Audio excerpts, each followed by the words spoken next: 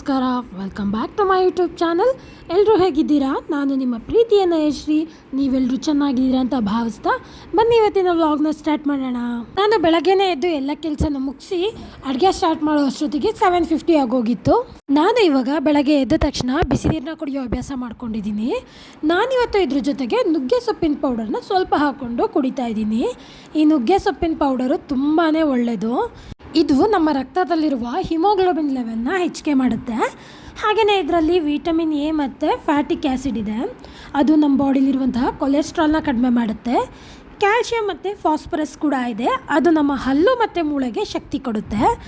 ಮೆಟಬಾಲಿಸಮ್ನ ಜಾಸ್ತಿ ಮಾಡುತ್ತೆ. ಅದರಿಂದ ನಮ್ಮ ತೂಕನೂ ಇಳಿಸೋಕ್ಕೆ ಸಹಾಯ ಮಾಡುತ್ತೆ. ಹಾಗೆಯೇ ನಮ್ಮ ಬ್ಲಡ್ ಶುಗರ್ ಲೆವೆಲ್ ಕೂಡ ಕಡಿಮೆ ಮಾಡ್ಕೋಬಹುದು ಇದರಿಂದ. ನಾನು ಇವತ್ತಿನ ಬ್ರೇಕ್ಫಾಸ್ಟ್ಗೆ ಮ್ಯಾಂಗ್ಳೂರ್ ಬನ್ಸ್ನ ಮಾಡ್ಕೋತಾ ಇದ್ದೀನಿ. ಊರಿಂದ ಕೊಟ್ಟಿರೋ ಪಚ್ಚಬಾಳೆಹಣ್ಣು ಹಾಗೆ ಉಳಿದಿತ್ತು ಅಲ್ವಾ, ಅದನ್ನು ವೇಸ್ಟ್ ಮಾಡೋದು ಬೇಡ ಅಂತ ಹೇಳಿ ಬನ್ಸ್ ಮಾಡೋಣ ಅಂದ್ಕೊಂಡೆ. ನೈಟೇ ಅದನ್ನು ಚೆನ್ನಾಗಿ ನೆನೆಸಿಟ್ಕೊಂಡಿದ್ದೆ.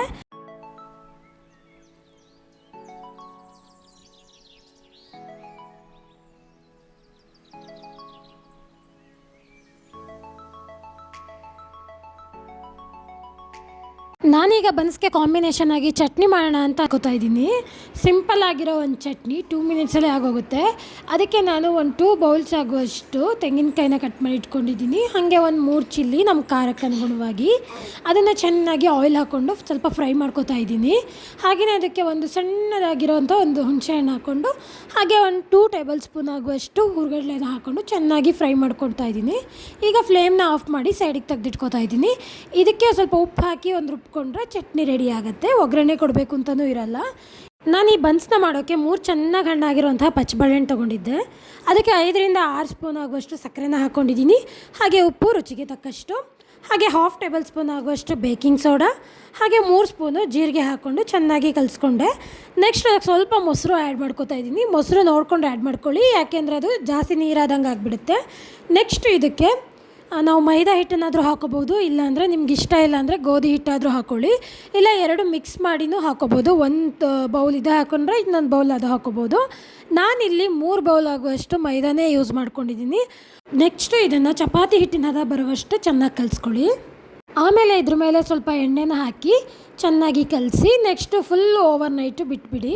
ಮಾರ್ನಿಂಗ್ ಒಂದು ಸಲ ಚೆನ್ನಾಗಿ ಕಲಿಸ್ಕೊಂಡು ಈ ರೀತಿ ಉಂಡೆ ಮಾಡ್ಕೊಳ್ಳಿ. ಎಷ್ಟು ಉಂಡೆ ಬರುತ್ತೆ ಅಷ್ಟು.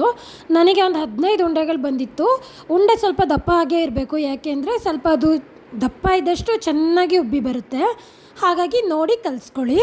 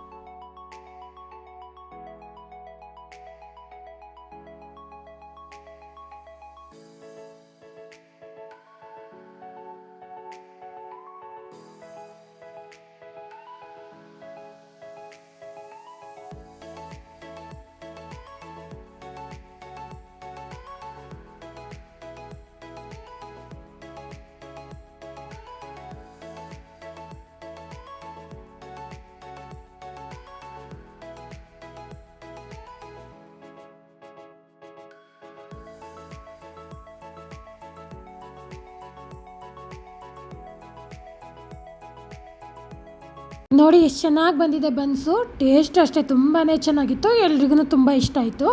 ಈಗ ಚಾರ್ವಿ ಲಂಚ್ ಬಾಕ್ಸಿಗೂ ಕೂಡ ನಾನು ಇದನ್ನೇ ಹಾಕ್ಕೊಡ್ತಾ ಇದ್ದೀನಿ.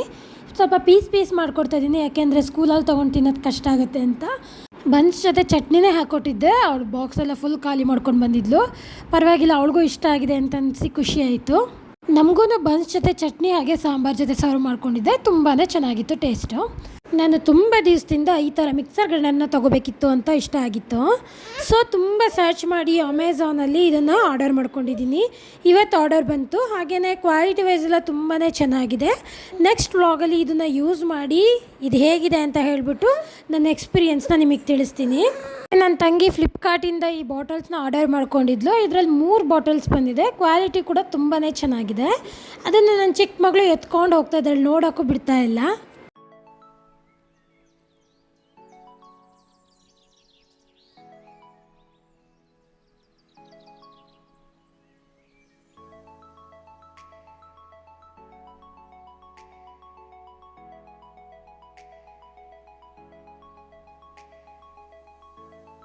ಚಾರ್ವಿ ಸ್ಕೂಲಿಂದ ಬಂದಳು, ಅವಳ ಕೈಯಲ್ಲಿ ಏನೋ ಹಿಡ್ಕೊಂಡು ಬಂದಿದ್ಲು. ಏನು ಅಂತ ಕೇಳಿದ್ಕೆ ಓಡೋಗಿ ಅವ್ರ ಅಪ್ಪಂಗೆ ಕೊಡ್ತಿದ್ದಾಳೆ. ಅಪ್ಪ ಇವತ್ತು ಪ್ರೈಸ್ ಕೊಟ್ಟರು ಅಂತ.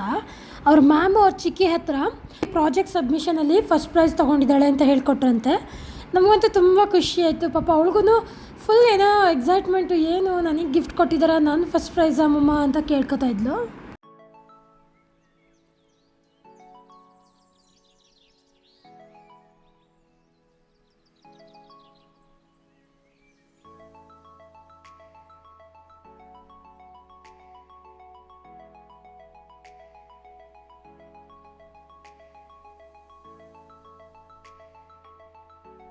ಚಾರ್ವಿ ಊಟ ಎಲ್ಲ ಮಾಡ್ಕೊಂಡು ಸ್ವಲ್ಪ ಹೊತ್ತು ಆದಮೇಲೆ ಪಾಠ ಮಾಡೋಕ್ಕೆ ಸ್ಟಾರ್ಟ್ ಮಾಡಿಬಿಟ್ಲು. ನಮಗೇನೆ ನಮ್ಮನ್ನ ಸ್ಟೂಡೆಂಟ್ಸ್ ಥರ ಕೂರಿಸ್ಬಿಟ್ಟು ನಮಗೆ ಎಕ್ಸ್ಪ್ಲೇನ್ ಮಾಡ್ತಿದ್ದಾಳೆ.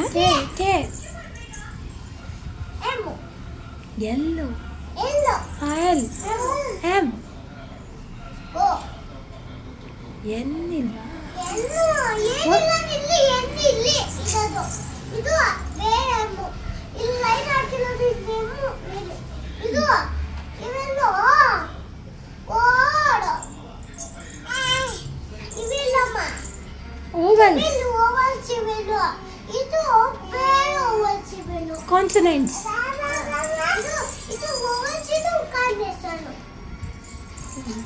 ಕಾನ್ಸನೆಂಟ್ಸ್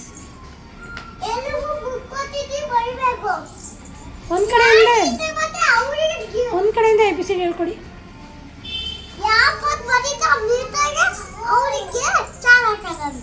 ಮಕ್ಕಳು ಎಲ್ಲ ಮಲಗಿ ಎದ್ಮೇಲೆ ಪೈನಾಪಲ್ ಇತ್ತು, ಅದನ್ನು ಕಟ್ ಮಾಡೋಣ ಅಂತ ಹೇಳ್ಬಿಟ್ಟು ಕಟ್ ಮಾಡಿಕೊಡ್ತಾ ಇದ್ದೀನಿ. ಚಾರ್ವಿಗೂ ಇದು ಕೂಡ ಫೇವ್ರೇಟು. ಕಟ್ ಮಾಡೋಕ್ಕಿಂತ ಮುಂಚೆನೇ ಮಮ್ಮ ನನಗೆ ಕೊಡಿ ಅಂತ ಕೇಳ್ಕೊತಾ ಇದ್ಲು. ಪೀಸ್ ಮಾಡೋವರೆಗೂ ವೆಯ್ಟ್ ಮಾಡಲೇ ಇಲ್ಲ. ಮತ್ತು ಅವಳಿಗೆ ಈ ಥರ ಎಲ್ಲ ಖಾರ ಪುಡಿ ಎಲ್ಲ ಮಿಕ್ಸ್ ಮಾಡಿಕೊಟ್ರೆ ಇಷ್ಟ ಇಲ್ಲ, ಹಾಗೆ ತಿನ್ಕೋತಾ ಇದ್ಲು. ನಾವು ಈ ಪೈನಾಪಲ್ ಎಲ್ಲ ಕಟ್ ಮಾಡಿದ್ರೆ ಉಪ್ಪು ಹಾಗೆ ಸ್ವಲ್ಪ ಖಾರ ಹಾಗೆಯೇ ಜೇನು ಹಾಕ್ಕೊಂಡು ತಿಂತೀವಿ, ತುಂಬಾ ಚೆನ್ನಾಗಿರುತ್ತೆ. ಅಂದರೆ ಶೀತನೂ ಆಗಲ್ಲ. ಇವತ್ತಿನ ವ್ಲಾಗ್ ಇಲ್ಲಿಗೆ ಮುಗೀತು. ಯಾರಾದರೂ ನನ್ನ ಚಾನಲ್ನ ಸಬ್ಸ್ಕ್ರೈಬ್ ಮಾಡದೆ ನೋಡ್ತಾ ಇದ್ದರೆ ಪ್ಲೀಸ್ ನನ್ನ ಚಾನಲ್ನ ಸಬ್ಸ್ಕ್ರೈಬ್ ಮಾಡ್ಕೊಳ್ಳಿ. ಈ ವ್ಲಾಗ್ ಒಂಚೂರಾದರೂ ಇಷ್ಟ ಆಗಿದರೆ ಒಂದು ಲೈಕ್ ಮಾಡಿ. See you in the next video. Take care. Bye.